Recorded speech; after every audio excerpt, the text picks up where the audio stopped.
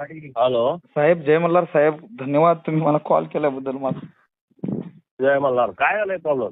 अहो साहेब काहीच नाही, यांनी लय मारलं बघा मला काल एवढं. त्या मोर्चामध्ये मी आलतो बघा साहेब, मी मोर्चामध्ये आलतो बघा मुंबईला 21 जानेवारी.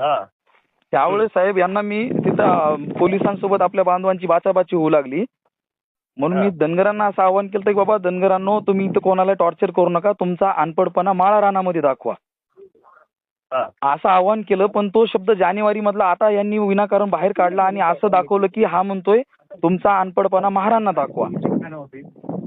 अरे बापरे, म्हणजे गैरसमज झाला. हा, माळ रानाचा गैरसमज करून महार दाखविला आणि एवढा प्रचलित केला की काल त्यांनी म्हणजे मला पोलीस स्टेशन समोर अगोदर मारहाण केली 4-5 जणांनी, आणि 4-5 जणांनी मारहाण केलं. पोलीस स्टेशन समोर केली साहेब, ऐका की, पोलीस स्टेशन समोर केली. मी पळत गेलो पोलीस स्टेशन मध्ये, मला तिथं तरी आसरा भेटेल म्हणून.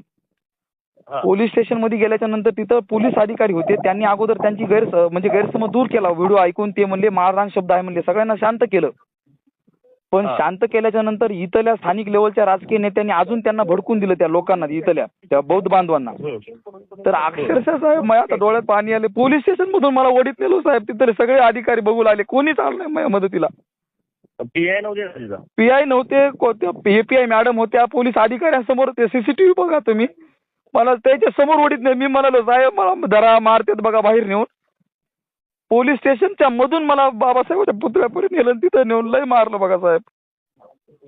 मग काय परत काय तक्रार वगैरे दाखल केली? मग त्यांनी बरं मारलं तर मारलं, मग मी दवाखान्यात एमएलसी दाखल केली, तर यांनी माझ्यावर अॅट्रॉसिटी गुन्हा दाखल केला. आणि मग यांच्या गुन्हा दाखल करायला 4-5 जणांचे नाव मला माहित नव्हते, त्यांनी सांगितले. मी म्हणलं व्हिडिओ मध्ये जे मला मारहाण करते त्यांच्या गुन्हा दाखल करा. नंबर पाठवा. हो साहेब, हो धन्यवाद साहेब.